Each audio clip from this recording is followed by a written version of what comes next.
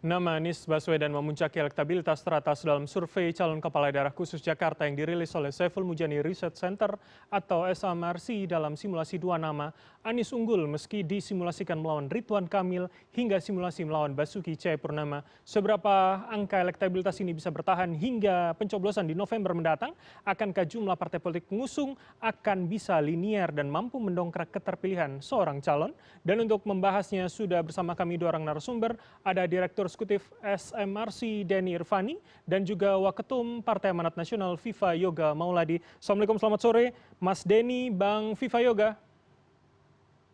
Selamat sore, Mas Bram. Selamat sore, Bang Viva. Selamat sore semuanya, terima kasih sudah bergabung. Saya langsung saja ke Mas Denny terlebih dahulu.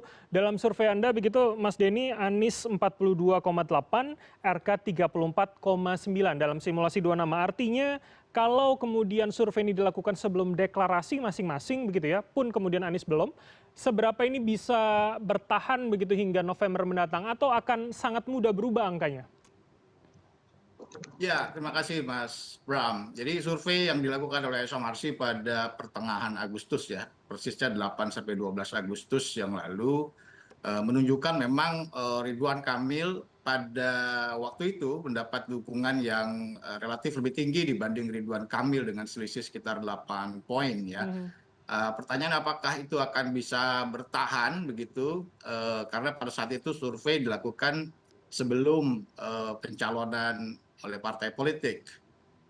Saya kira semua hal bisa terjadi ya, tergantung bagaimana partai dan juga calon itu bisa mengatur strategi untuk bisa meningkatkan perolehannya. Yang menjadi catatannya pada saat itu adalah pada saat survei adalah kita juga melihat di mana dukungan dari masa partai politik juga sangat menarik ya, di mana misalnya Anies Baswedan itu masih sangat lekat sekali dengan dukungan dari masa-masa partai pendukungnya di Pilpres yang lalu, yaitu PKS, Nasdem, dan juga satu lagi PKB ya. Kemudian sementara dari PDI Perjuangan itu mendapat dukungan yang masih relatif kecil. Mas Nah, Denny. apakah kemudian itu bisa diubah oleh Anies dan PDI Perjuangan seandainya Anies bisa maju lewat PDI Perjuangan dengan mengkonsolidasikan kader-kadernya mendukung Anies, nah itu akan bisa meningkatkan dukungan pada Anies. Tapi jika sebaliknya maka Anies akan bisa mengalami penurunan dukungan. Oke, sebelum jauh ke sana Mas Denny, tapi kemudian kalau artinya hari ini tiga partai yang sebelumnya bersama dengan Anies Baswedan, Nasdem, PKB, PKS sudah bersama dengan Kim Plus, akankah itu juga memindahkan elektabilitas itu kepada Ridwan Kamil yang bedanya rentangnya 8% tadi kalau Anda katakan? Ya, ketika survei dilakukan sebetulnya tanda-tanda dari ketiga partai itu untuk condong bergabung kepada Kim sudah terlihat gitu ya, di berbagai pemberitaan sudah bisa dilihat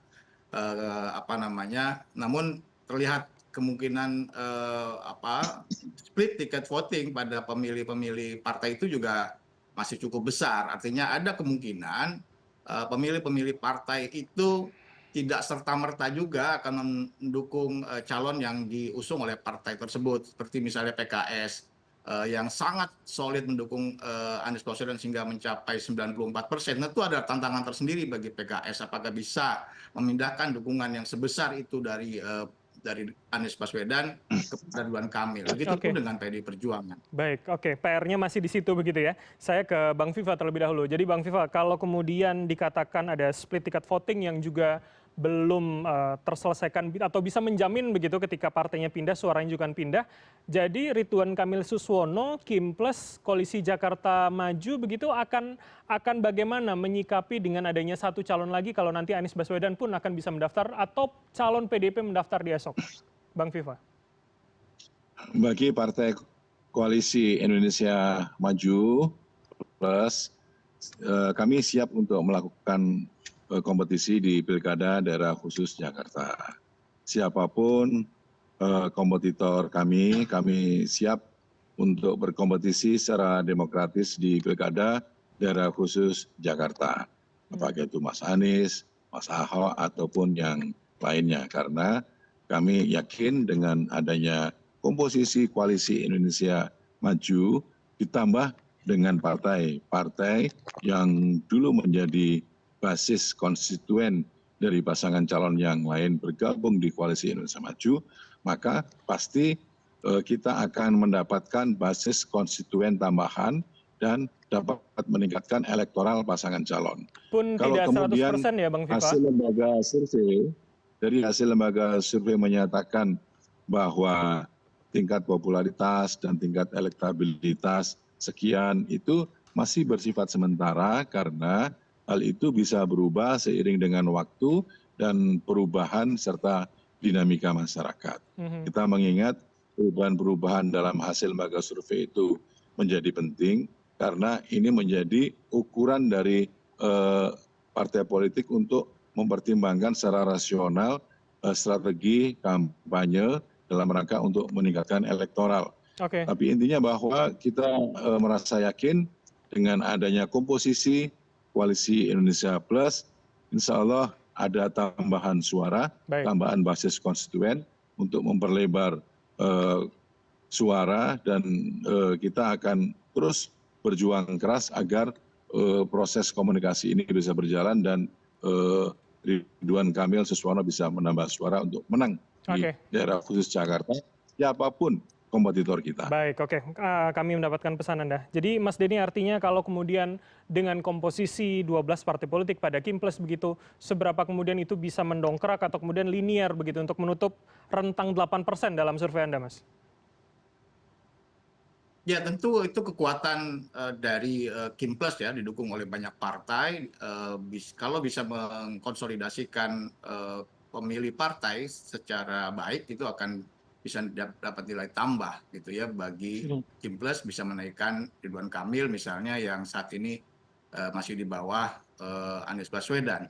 Tapi itu juga sesuatu yang bisa dilakukan oleh lawan dari Ridwan Kamil. Apakah itu nanti yang akan diputuskan oleh PD Perjuangan Anies atau Ahok siapapun begitu ya, bagaimana mengkonsolidasikan pemilih yang sejauh ini masih belum bisa ditarik dukungannya ke calon itu.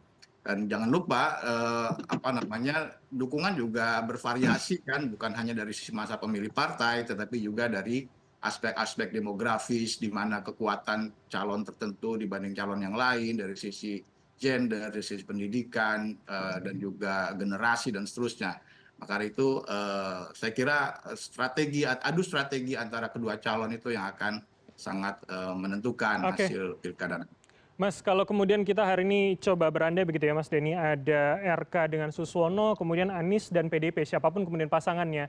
Seberapa komposisi ini bisa saling melengkapi atau juga seberapa juga masing-masing komposisi ini bisa saling mengkhawatirkan kalau dilihat dari perpaduan kedua pasangannya begitu Mas?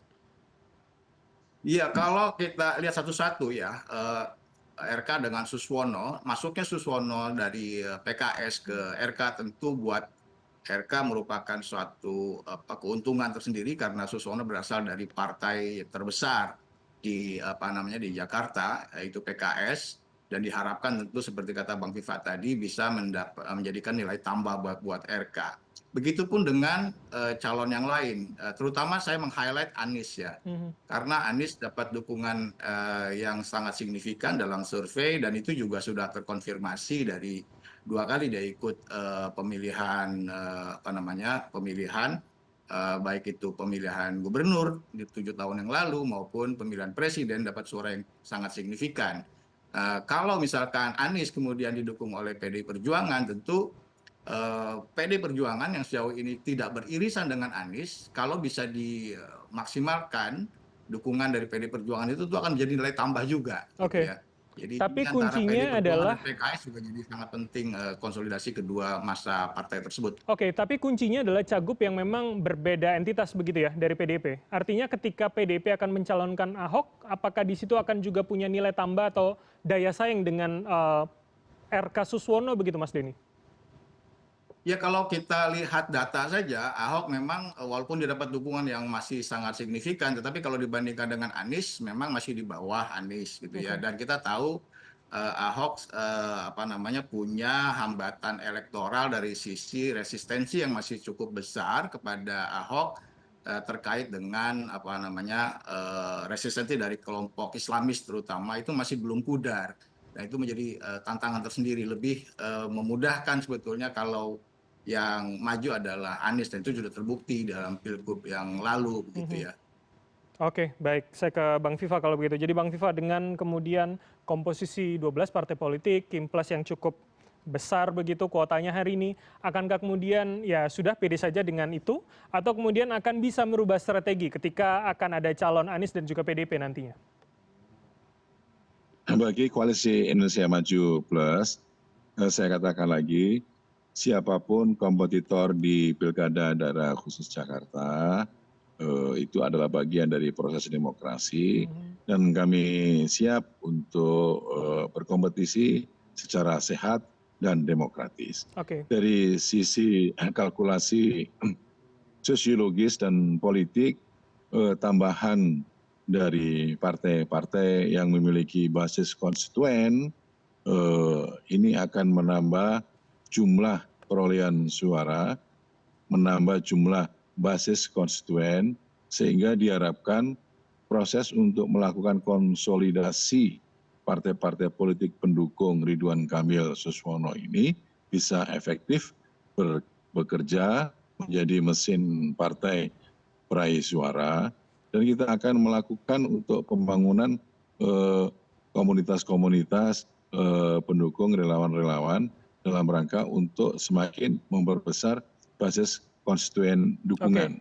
Karena dari sisi matematis, dengan adanya partai-partai politik yang mendukung Ridwan Kamil Suswono, saya rasa ini secara logis bisa dapat dikatakan akan menambah basis suara yang besar, dan kita insya Allah akan dapat memenangkan pilkada di daerah khusus Jakarta, dan kita akan terus untuk melakukan komunikasi, sinergi, dan konsolidasi di internal partai politik pendukung untuk memaksimalkan mesin organisasi agar bisa menjadikan sebagai mesin pendulang suara pasangan Ridwan Kamil dan Suswono. Oke, artinya Kimplas tidak akan khawatir ada split ticket voting begitu pada partai-partai eks koalisi perubahan, Bang Viva?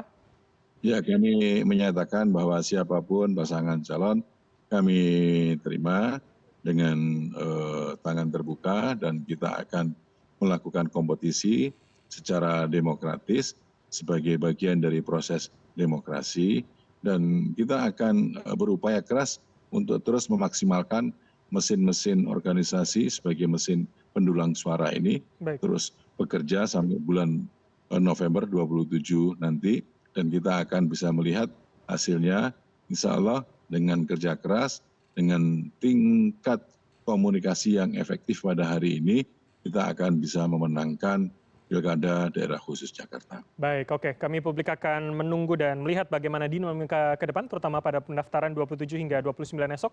Terima kasih atas waktu dua orang narasumber. Ada Bang Viva Yoga Mauladi, Waketum Partai Amanat Nasional, serta Mas Denny Irvani, Direktur Eksekutif SMRC, telah bergabung sama kami. Selamat sore, sehat selalu semuanya.